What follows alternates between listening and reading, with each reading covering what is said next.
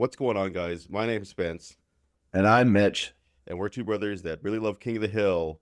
And unfortunately, we've been on a little bit of a hiatus. It's been pretty busy for both of us in our personal lives, so we haven't had the opportunity to do recording and editing, all that good stuff. I've been recording out of my car a lot lately. I'm so strapped for time. You got good acoustics in the car, so it's not the worst thing to record, I think. But yeah, hopefully with the holidays coming up, things will slow down for us a little bit. Today we've got the second episode of season 3. This one is called And They Call It Bobby Love. And it's a good episode for Bobby's character development and stuff like that.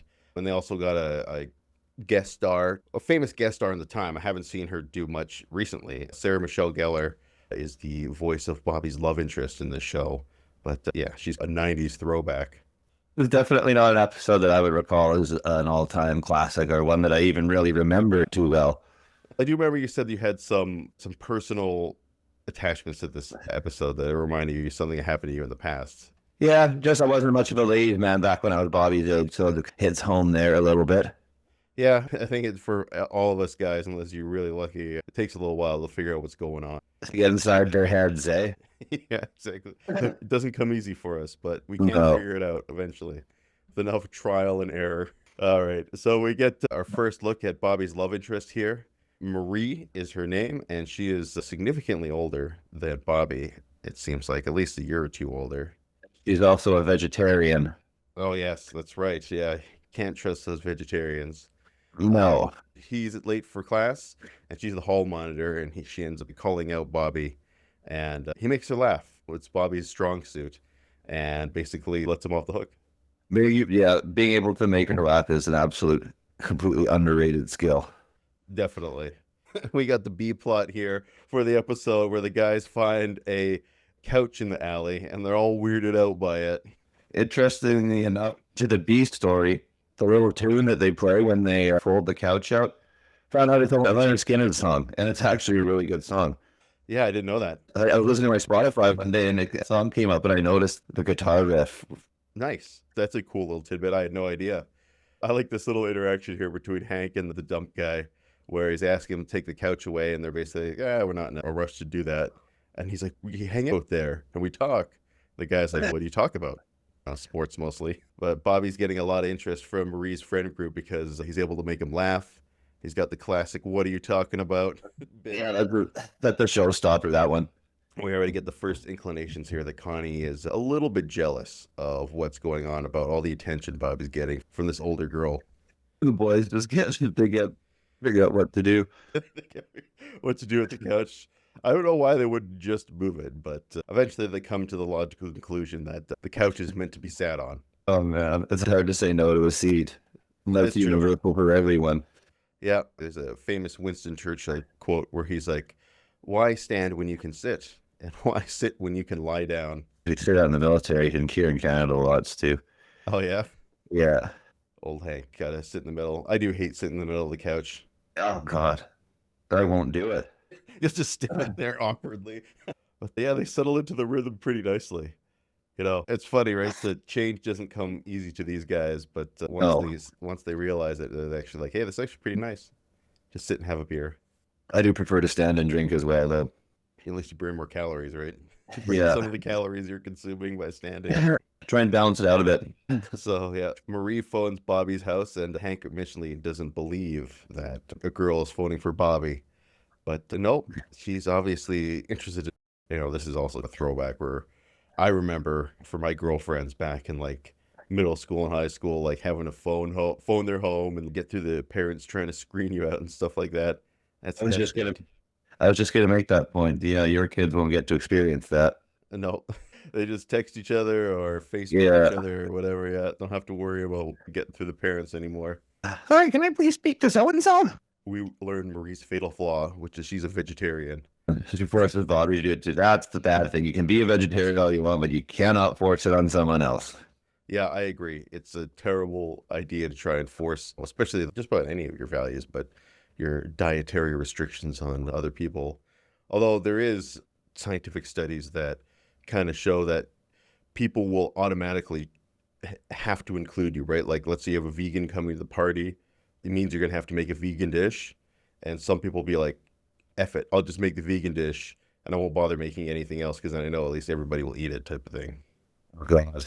Yeah, so they almost inadvertently end up forcing their restrictions on you. Just bring your own food. How's that sound? Yeah. Well, and Marie ends up kissing Bobby, and this changes his entire life.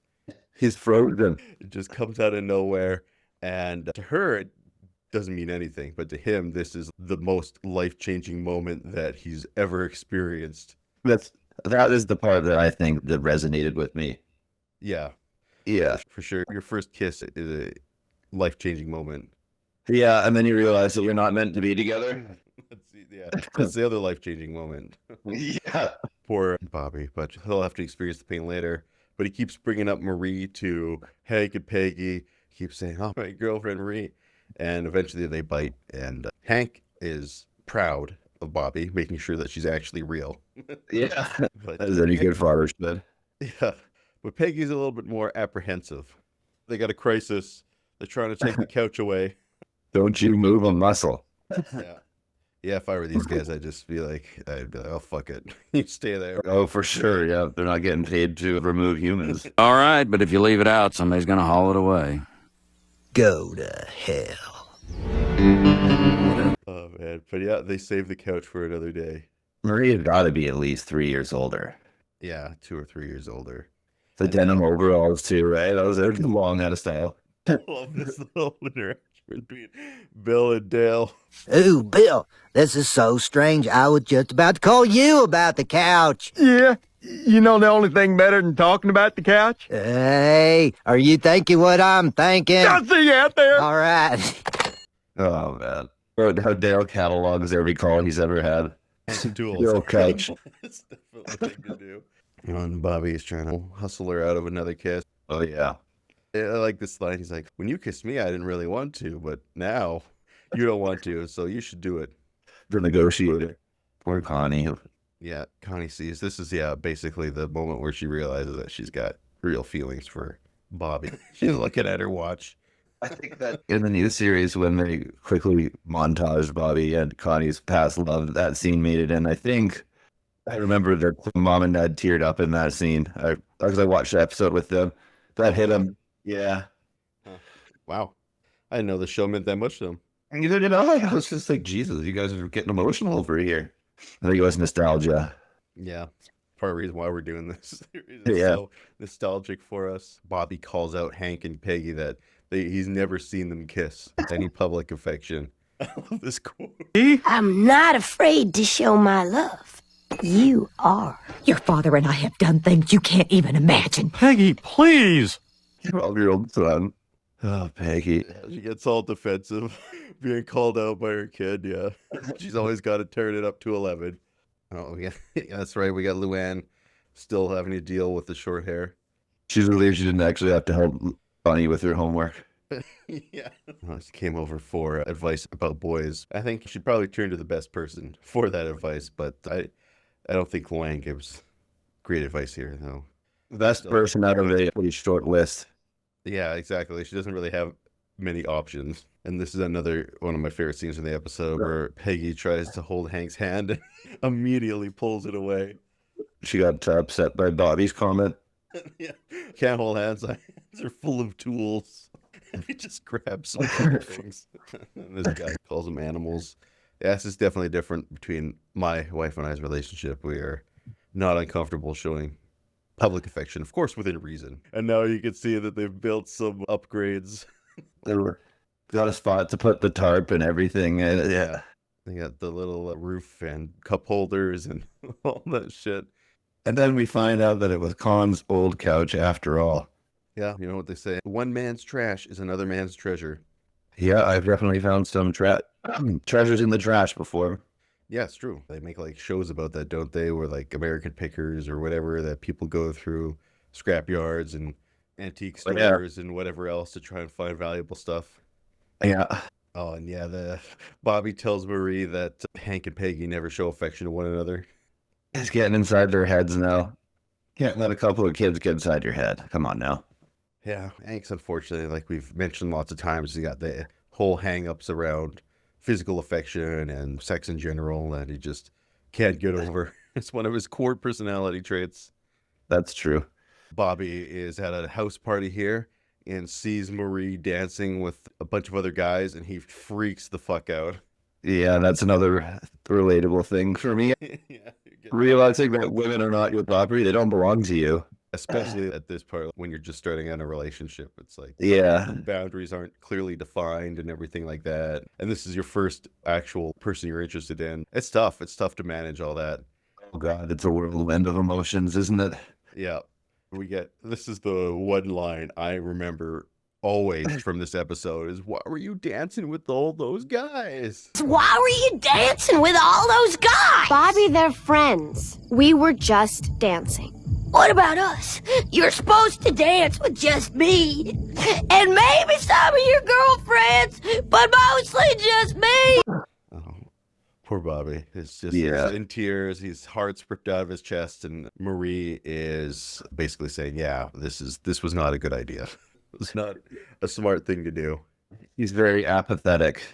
Yep. Oh man. Yeah, it's gotta hurt, man. It's gotta hurt. Oh man, just soaking it in right now. Bobby doesn't understand at all. Thinks just because she kissed her forehead that they're back together again. And he's just collapsing, doing her favorite bit, trying to get her back no matter what. Oh boy, it's so realistic.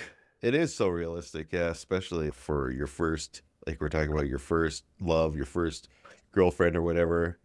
Your first breakup is Yeah. not a pleasant experience. That's for sure. Peggy rubs salt in the wound here by telling Bobby, I was like, oh, I guess your relationship wasn't a match for your father and I's 10-year marriage, or 20-year, whatever, however long it's been.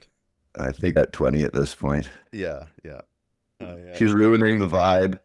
yeah, poor Bobby, all busted up because that was their first spot where they had their first kiss. The guys are trying to get Hank to remove him.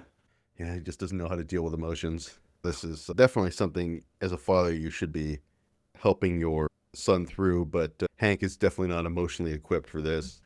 I think this one is, he's listening to Hank Williams Sr. here. That's something my dog would definitely do. Hermione would just curl up next to you. No, sweet. So they're taking Bobby out for a steak dinner. Yeah, that would make me feel better. Oh yeah. And steak here now, it's like you want to have a steak dinner, you're looking at close to you're lucky if you're walking out for two people less than $100. Yeah, that would be a pretty good deal. That'd be like the deal night. Yeah, the special deal. Unfortunate, because I love a good steak. I do too, but I don't know, I suck at cooking them. Oh yeah, that's it. They are pretty easy once you get the hang of it. Like a good pan fried steak, Yeah. it's not that hard to do.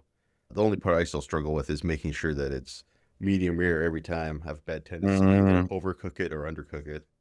Do you do the poke test? I do. Yeah. Yeah, and I also do The temp? Yeah, the temperature, if it's big enough. If it's a thin piece of steak, I'm not going to do it. Bobby here takes on the food challenge. I wonder if this is a Texas thing. God, look at that piece of meat. Holy crap.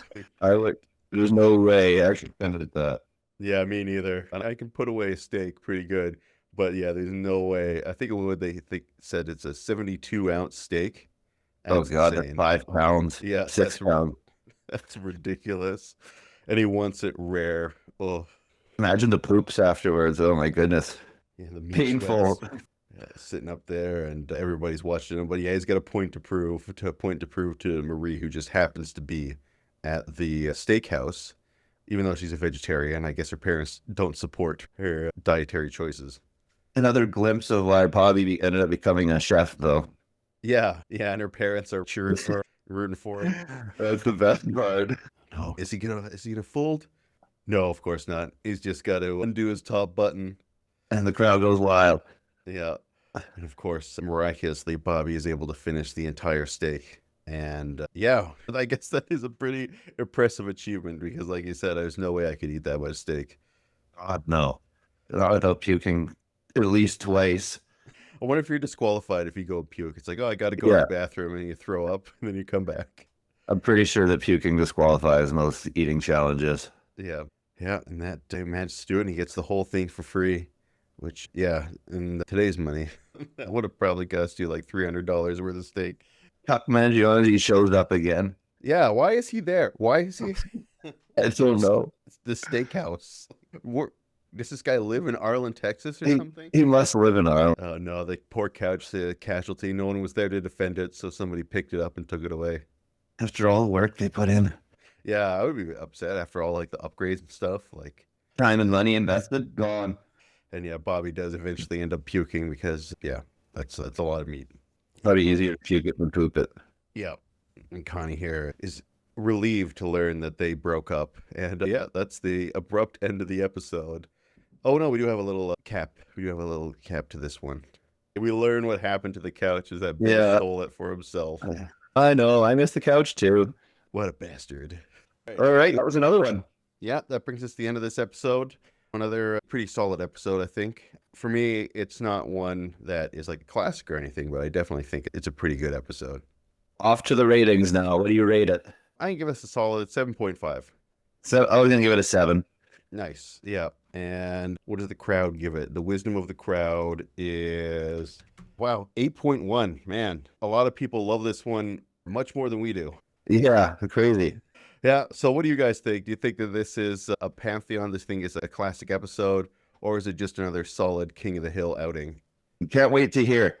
All right, guys. We'll be back. Fingers crossed if everything works out next week for another very pivotal episode, Peggy's Headache. Oh yeah. Course, the one where we finally air all of Nancy's dirty laundry and learn 100% truth. It becomes 100% canon that that Nancy's having an affair on Dale with John Gordon. It's fine. The beans are spilled. Yeah, exactly. So yeah, it should be a good one, especially tying into some of our other discussions that we've had about about Dale and Nancy and the whole affair situation. So hope you guys will join us for it, and thank you so much for watching. And we'll see you next time. Take her easy. Bye now.